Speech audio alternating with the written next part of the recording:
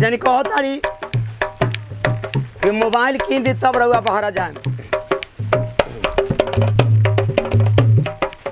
आर कीनी तो मोबाइल सैया लगे अपने धरब, मोबाइल बिना कैसे रहब। जाए ना देव कमाए सऊदी अरब, फोन हम कैसे करब।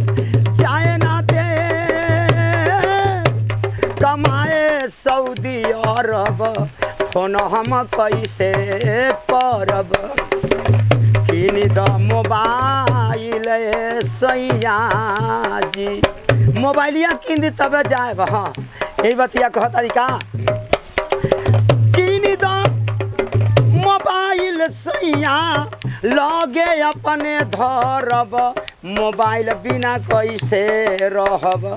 जाए ना देव कमाए सऊदी अरब, फोन हम कैसे करब।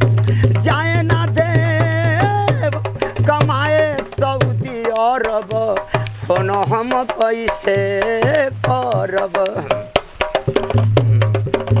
कह तारी की मोबाइल कीन के आ दे के तब रहुआ जाए। अगर मोबाइल ना किनाल तो जाए ना देवे।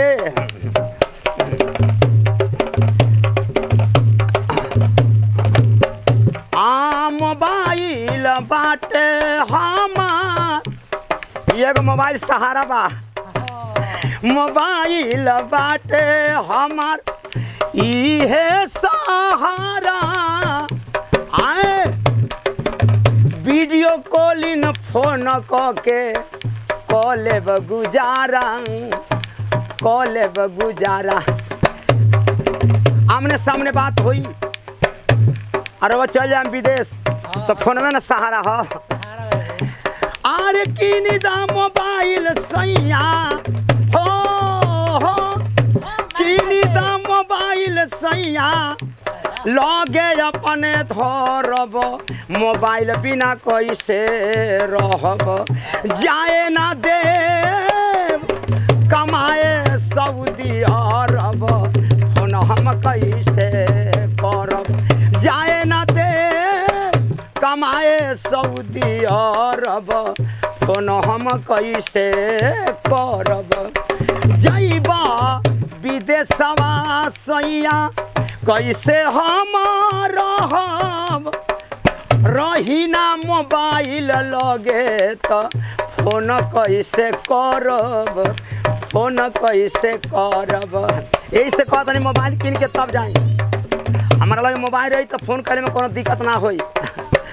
आरे किनी दा मोबाइल सैया लगे अपने धरब, मोबाइल बिना कैसे रहब। जाए ना देव कमाए सऊदी अरब, फोन हम कैसे करब। जाए ना देव कमाए सऊदी अरब, फोन हम कैसे कर।